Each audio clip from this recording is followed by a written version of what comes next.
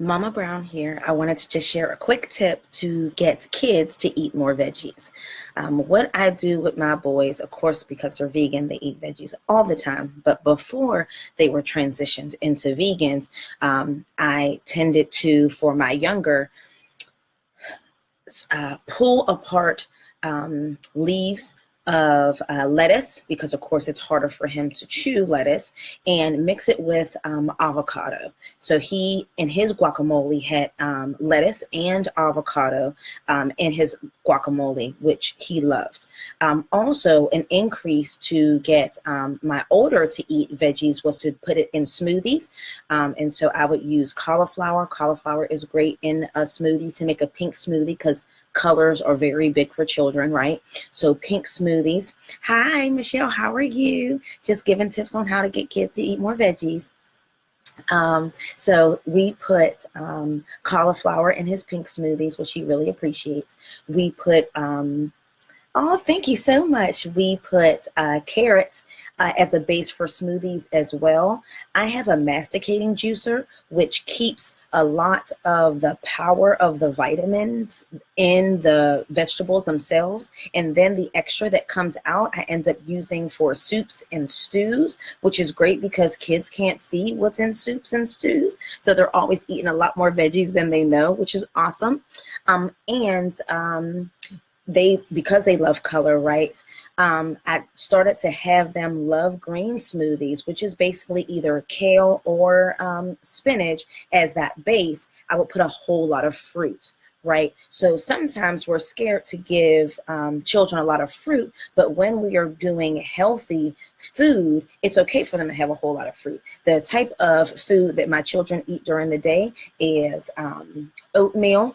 That is the steel cut oats oatmeal. We use plant-based milk, so almond milk, instead of water, because that's going to give them a lot more nutrition. Also, oh, thank you. I look so beautiful. You are so sweet, Felicia. I'm trying to get like you, girl, because you always look on point. I told you this.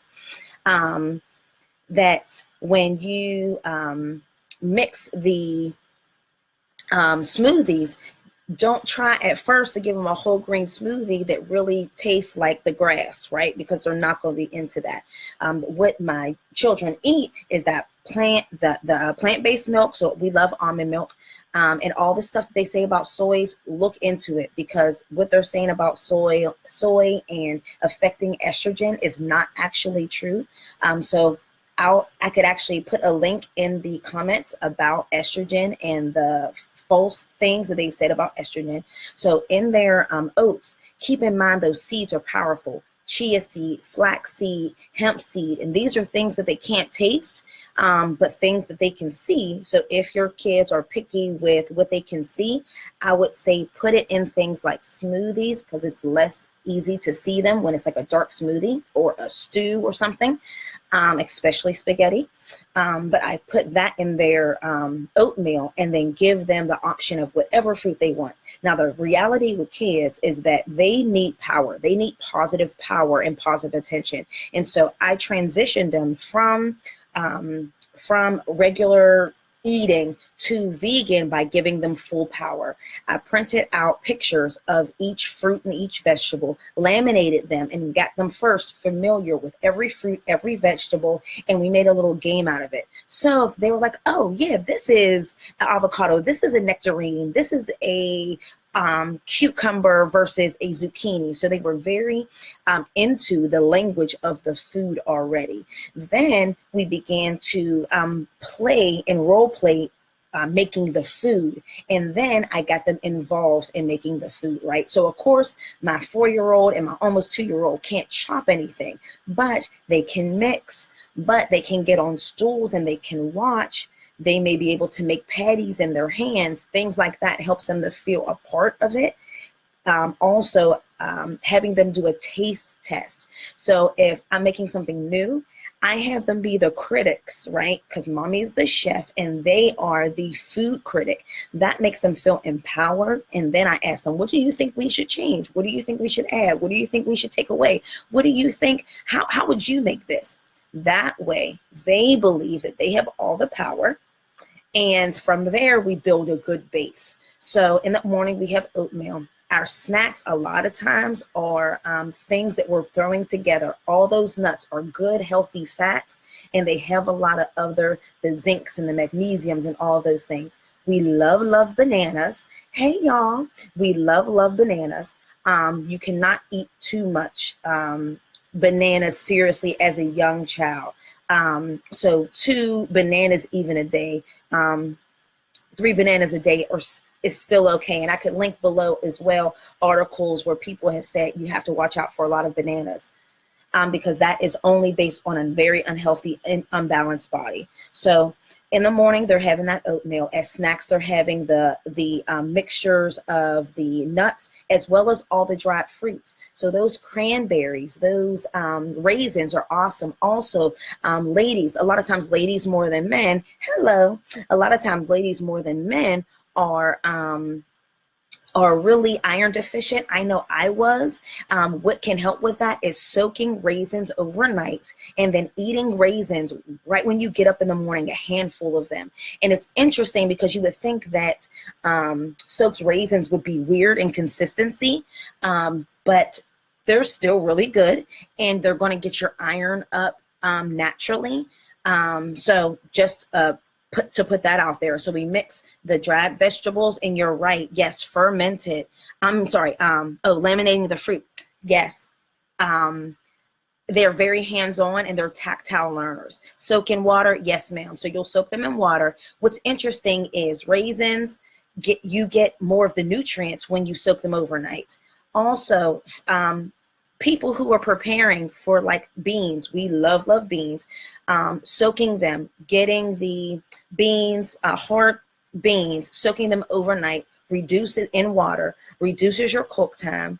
It also ensures to release the phytic acid that is in beans or any of those protective coatings. The phytic acid is actually what about leafy greens for iron? Definitely. Now, your system has to be able to absorb it. Here's what's interesting. You can eat all the good food you want, but if you're backed up in your system, you're not actually absorbing all of it. So you're not what you eat. You're what you absorb. And so you have to have a clean system in order to actually absorb the food, right? So if you're not drinking half of your body weight in water, you're backed up, unfortunately. We can easily get you unbacked up. And that's something also that's important for the kids. So if they're not drinking half of their weight in water, you're going to see that they're not going to go multiple times a day. My children go multiple times a day, and they know what the healthy feces looks like. That way that we're actually being congratulated on, look, you ate some really great vegetables. So not to get too TMI, but again, that's a great way to get youth involved, your children involved in knowing what's healthy, what's not, and how food affects our body, right? Did you do any kind of cleanse prior to transitioning?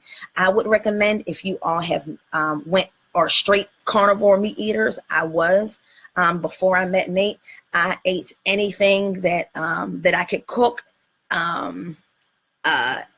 Anything. I loved meat. So I'm not a vegan because I don't love meat. I loved meat, and literally I did a Daniel diet. So it was a fast that I did, and it wreaked havoc on my body. Forewarning. So don't do what I did unless the Lord is telling you to do it. So what I would recommend is, if you're eating red meat, take that out first. Then if you're doing beef, remove that.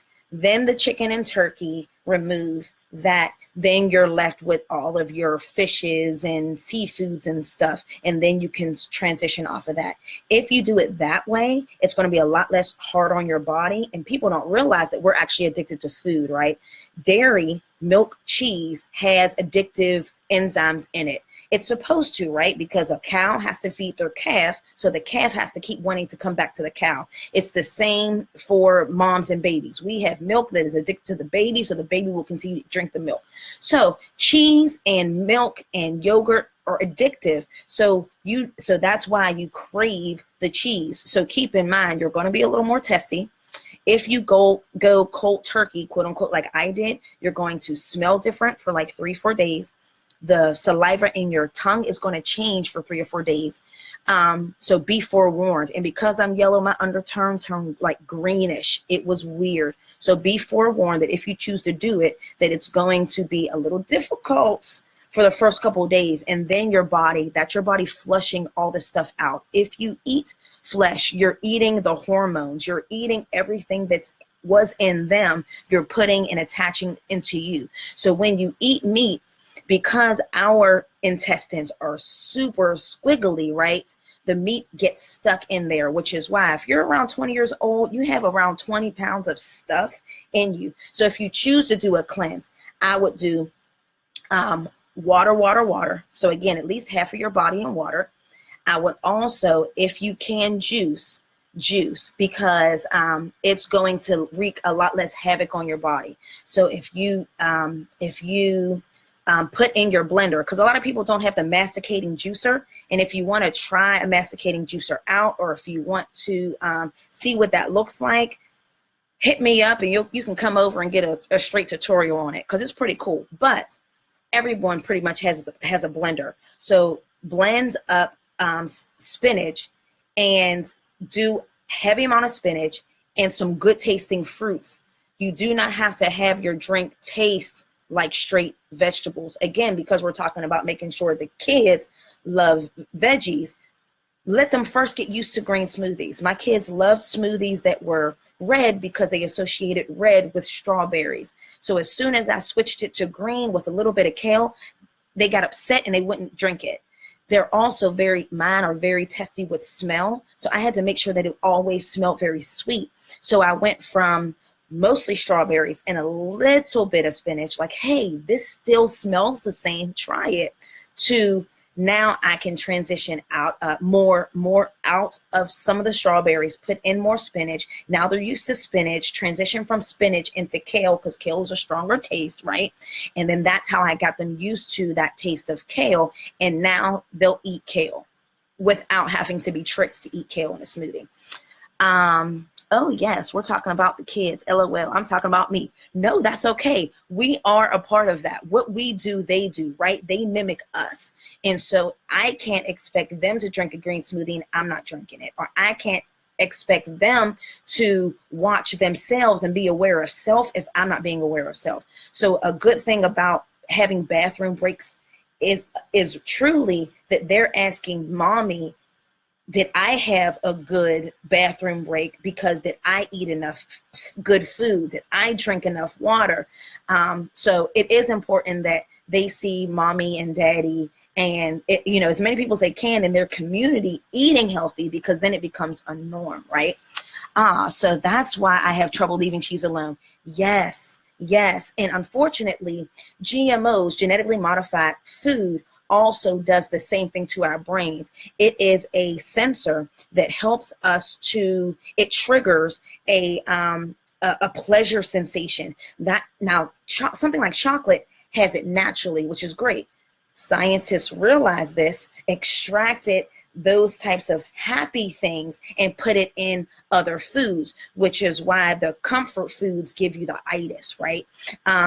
Which is why with unhealthy foods, we eat so much of it, we consume so much of it. A lot of people say eating healthy or getting kids to eat veggies healthy is very expensive, but you end up eating less because you are more satisfied. You eat more often, don't get me wrong. We eat 6 times a day, 3 regular meals, 3 snacks, but as a whole, when we feel better, I have the energy for the 4 and 2-year-old, and they don't have eczema anymore. They don't get sick to have to go to the hospital ever. Neither of them have ever had any issues.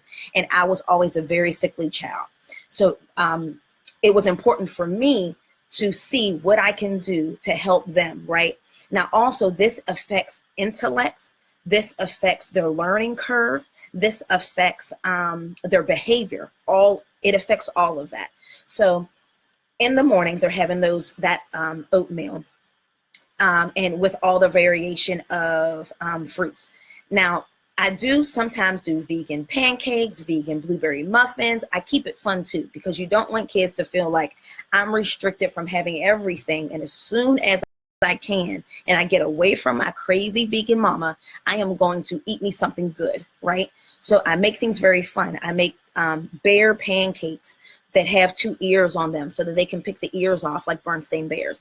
I make blueberry muffins, and so I take the things that they like before they were vegan and veganize them in a sense so that they eat them. And then when I do that, I'm putting flaxseed in it to give them more of those omegas. The cheese taste you get from nutritional yeast, which is great omega-3s as well.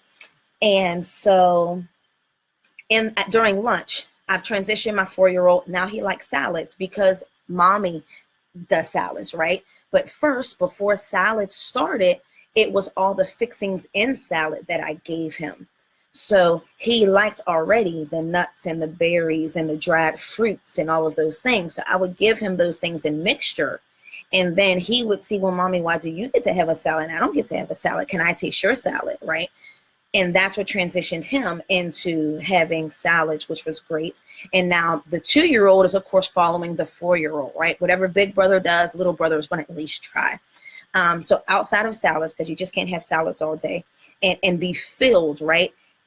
Have your potatoes, have your yams, roast every vegetable in the oven. Make sure to make use of sesame seed oil because that gives you a completely different taste. And if your household is like my household, not only do I need to make sure that the kids are eating healthy, but I have to make sure that it's satisfying for my husband as well, right? So it can't be bland. Now, some kids are okay with, I'll eat whatever. Some kids are okay with, I like spicy food. My kids do not like spicy food. If they see a speck of pepper on it, they won't eat it because they think it's going to be spicy. But for my husband, he likes a very a full of taste type of food. And so doing roasted vegetables, it's very easy to be able to say, here's one pan of full roasted vegetables that are for the boys. Here's a pan full roasted vegetables for the adults or for my husband, right? So cauliflower, awesome. Red pepper is very sweet. So if they've not been introduced to peppers as a whole, I would suggest red peppers because they're very enjoyable and sweet. After I'm done cutting things up, I allow the boys to taste them raw first because everything's a science experiment, right? So they have journals and they love science. So they have like a science kit where they mix colors together to see this is a primary color versus a secondary color. We do the same thing when it comes to food. So we have cauliflower. I cut up the cauliflower. Look at the texture of it. What does it smell like? What does it feel like? Taste it. What does it taste like? What does it feel like in your mouth? What do you think it's going to taste like when we cook it? Well, let's see, right? And so it's a fact-finding mission versus a sit, eat it. I made it, so you're going to eat, or you can go to bed, right? Because they have the power. In many other ways in their life, they don't have the power. They don't have the power to say where they go when they go. They don't have the power to say where they're going to live, who they're going to hang out with. They don't have any control over those things. So because they don't have that control, they take control in other areas. We can't make them go to sleep. We can tell them to go to bed, but they can scream and holler and cry and all that stuff all they want in order to try to usurp that little bit of power they have. They have power over eating because we can sit them in front of the plate, but they don't have to eat.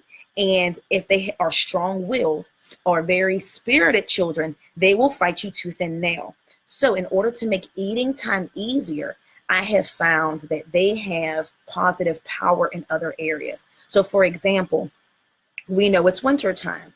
They know their drawers as to what has their jeans, what has their t-shirts, what has their long sleeves, what has their sweaters, right? I let them choose what they're going to wear. Sometimes that does mean they come out with some interesting outfits, but that's then a teaching and training opportunity to say what colors match because we like art and because we like colors and because we like to know how colors complement one another. So they then choose. So that's a positive. Look, mommy, look what I dressed myself in today. What do you think? And I say something encouraging first, right? I'm proud of you for being able to pick out your clothes. Look at what you were able to put together. What do you think about what you have on? Are you proud of yourself? How do you feel? Then that gets to empower them. Empowering them in that way allows them to then give me some of the power when I need it for them to eat, right? Also, they have a calendar. In that calendar, there's a couple of options for them to do during the day. Because I'm a stay-at-home mom for the most part, there's art that's done, there's math that's done, there's science that is done, there's painting that is done. Of course, there's cooking, a lot of cooking that is done. And because of that, I give them choices as to what books do you want to read? What stuff do you want to learn about? And we can sometimes theme the day. One of my children really like Veggie Tales. The other child really, really likes Blaze. And so when I can, I put and surround that thing with Veggie Tales or Blaze, right? The good thing about them loving Veggie Tales, and we did it on purpose, is that they're all veggies, right? So we are making cucumbers, we are drawing cucumbers, we're reading about how cucumbers are grown. If your children don't know how food is grown, it's great to go to a library and get some books on how food grows and how it starts from the seed and how amazing it is and how this seed becomes food for us and how this food helps us be big and strong, right? When they know more, they want to experience more. So the way I've gotten them to eat vegetables is really educating them about food and educating them about how it benefits them to eat this food. Also, for my 4-year-old, because he's older and understands the concept of not feeling well, I introduced him to how food can make you not feel good, and how in order to be healthy, we eat these things, but these are some of the consequences of eating something that is not healthy. That way, he then has the power to choose sometimes. So it's not like he always only has fruits and vegetables. We have pretzels, and we have chips that are sweet potato chips nonetheless, but they're chips. I make kale chips. All those types of things are very easy to make. Cut them very thin, make them look interesting. Presentation for kids are very important. So as soon as I started making things look like faces, they were more willing to eat them. As soon as I made things look very bright in color, they were more willing to eat them. If you end up making a smoothie and it looks like mud, they're probably not going to eat it at first, right? They are not cool enough with smoothies to know that this mud looking smoothie might taste good. It has to look appetizing. It has to look fun. So change the way some things look at times, and it makes them feel like this is a fun experience. So even when I cut fruit in the morning, they may be the ones who put the fruit in their bowl in a full circle, just so that they're more likely to feel like I helped mommy prepare for that. Great way to increase veggies is beans.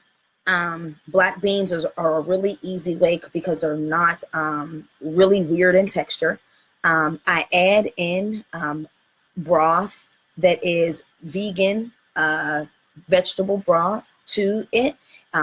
Again, sneaking in when I can, right? More nutrition as much as possible. Because we're vegan, I understand what they need as far as potassium and magnesium. Let me know if that's something that you all are interested in as far as what is necessary for children, because I didn't know until I had to know what was really necessary for their health. And I've seen a change. I've seen a change in their behavior. I noticed the mood swings, right? When we're hungry, there's mood swings that happen out of us. So of course, with children, if they're not getting the proper nutrition, those are the mood swings that we're seeing in our children today, or them not being properly fed. That's why it's, oh, have a great breakfast to have a good test. It's not just great breakfast, right? Also, when they have expectation and a schedule, they're more likely to eat. So, and let them, again, when they have a little bit of power, they feel more apt to do it because they agreed to it. So sitting down with them and say, you know what, I'm thinking about us starting to schedule out and making regular our meals. What do you think? When do you think we should have our meals? We need 3 meals and then we need 3 snacks. What do you think? What kind of meals would you want?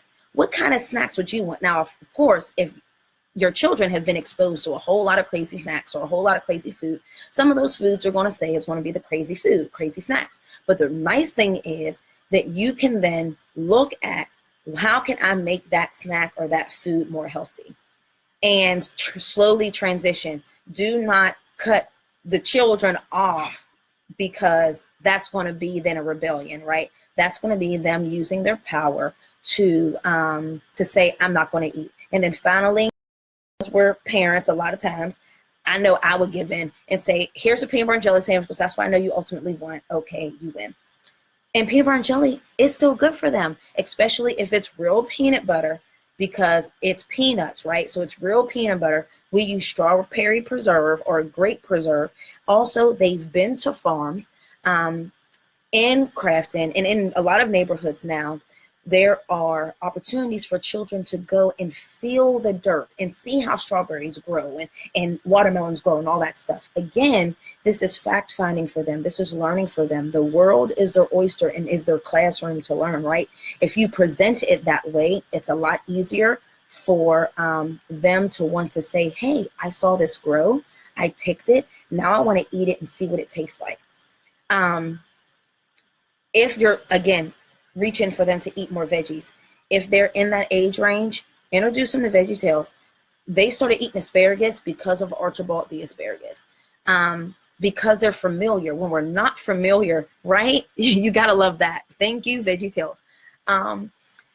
When you put something in front of them that looks foreign, they're gonna react the same way as adults react, right? If I give you something that you've never tried and I say, hey, try this, automatically the system in your body, there's a protective system in your body that says, I don't know that, I don't want it. And children by the age of 2, which is why they call it terrible twos, begin to realize I am an independent person from my mom and my dad. I don't have to say yes. I don't have to agree. I'm going to say no and see what that feels like. And wait, that feels good. I feel liberated. I'm going to keep doing it. And so when you have them feel like it's their choice, when you have them feel like they've decided, but you have provided them choice within boundaries, they're going to ultimately choose what you want them to choose anyway. So when they go and touch all of the laminated fruits and vegetables and say, Mommy, this is what I want for this week, they're automatically choosing what I want them to choose, no matter what they choose. They'll choose kale, they'll choose blueberries, they'll choose eggplant, they'll choose zucchini, and then we'll say, how do we want it? Also, noodles, if you don't have a noodle maker, and they're really cheap, like $7 on Amazon or something, zucchini, squash can easily be turned in one of those handheld noodle makers, and then automatically it's a fun new way to look at vegetables instead of this big hunk of vegetable that's crying out to me that I don't want to eat. Putting noodles, making them noodles and then putting sauce covers up so much, and then again it introduced them to the texture and the taste in order for you to then reduce the sauce maybe and increase the vegetable, or keep the sauce and the vegetable the same, but knowing at least that they're getting a lot of nutrients through noodles or through smoothies, right? Or through seeds and flax seeds or the beans. If you have questions, please post them. If you want more videos like this, please let me know. If there's specific subjects about being vegan or about increasing vegetables or about how to prepare vegetables, especially as babies, how to puree things. I make applesauce, which is much better for you than the applesauce that is pre-made at the store. Let me know. So with that, I say to you all good night. I hope that I helped with some good tips on some fun things that you can do to get your kids to eat more vegetables.